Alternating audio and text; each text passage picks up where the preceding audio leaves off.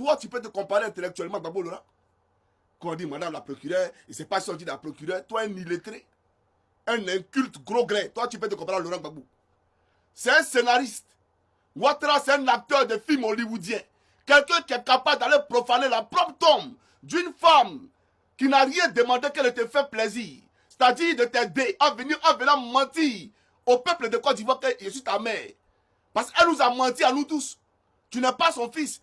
Tu es le père de mère burkinabé. C'est ça la réalité. Tu ne vas pas nous distraire. Parce que le frère de Nabitou Cissé là, il ne te connaît pas. Et que sa soeur n'a pas fait d'enfant qui s'appelle Alassane Draman Ouattara. C'est ça la réalité. Donc on va aller en profondeur pour dire c'est faux. Mais Alpha Blondy, en le disant, parmi les mélomanes qui sont venus là, qui connaissent Gbagbo, peut-être même il y a d'autres qui ne connaissent pas Gbagbo. Mais tu as tout fait pour les rabaisser, pour l'infantiliser, pour les diaboliser aux yeux de tout le monde. Tu viens, tu parles de gays. Qui t'a demandé tout ça là? Voilà les hypocrites de ton genre. Tu es un gros chat, un gros fumis. J'aimerais te le dire. Tu comprends ou pas? Maintenant, quand ça ne suffisait pas, tu t'es pas arrêté là. Hein? Toujours dans cette velléité de prendre de l'argent avec le pouvoir de Draman. Mais Alpha Blondy, tu as oublié une chose. En 2007, quand Ouattara t'a tourné le dos et qu'il a dit que tu étais un traître et que tu étais un peu lisible parce qu'il ne comprenait pas ta démarche, elle était ambiguë.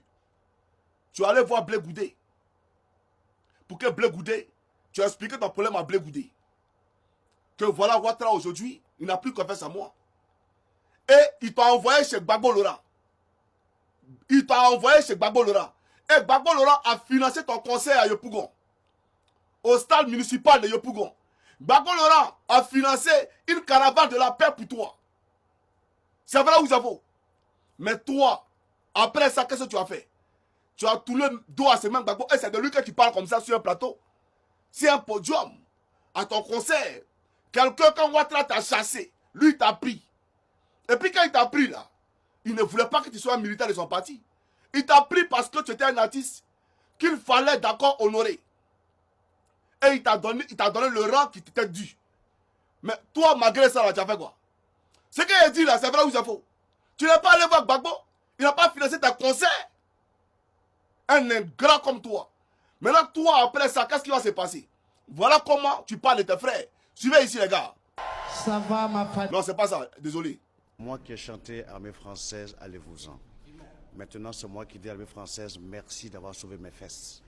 Parce que si l'armée française et les forces onusiennes n'étaient pas intervenues, on était parti pour un génocide. Et je pèse mes mots, pour un génocide.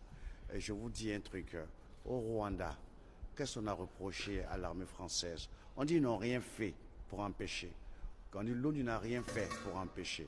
Et ici, en Côte d'Ivoire, l'ONU et l'armée française sont intervenus pour éviter que les Ivoiriens se massacrent. On parlerait d'ingérence positive alors? Je parlerai d'assistance à peuple en danger. Ok. Qu'est-ce que vous allez faire concrètement aujourd'hui pour, si vous avez une action de prévue pour la réconciliation, ce serait laquelle? Nous avons une caravane de la paix et de l'unité, de la réconciliation à mettre en marche. Et j'en ai parlé avec le président. Et j'ai demandé à mon équipe de Paris, Mediacom, de contacter Assalfo. Mewe a été contacté, Assalfo contacté, Tikenja a été contacté, Monique Seka, Antoinette Collan, Beta Simon, et beaucoup de Gadji Seli, je ne maîtrise pas son dossier, mais je vais être clair. Je ne veux pas d'hypocrisie dans cette affaire de réconciliation. Ok, j'ai demandé à Serge Kassi, je lui ai dit, la rumeur raconte que tu as distribué des armes à Angré et à Port-Boué. Appelle les journalistes, dis si c'est vrai ou si c'est faux. Parce que je ne prendrai pas quelqu'un qui a fait ça dans ma caravane de réconciliation. Je ne veux pas... Tu vois comment tu es dangereux?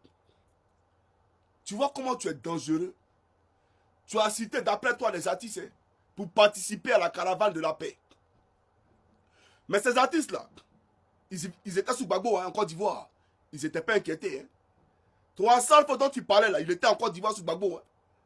Mais dès l'instant que le journaliste a branché le nom de Gadji Seli Non, je vais être clair.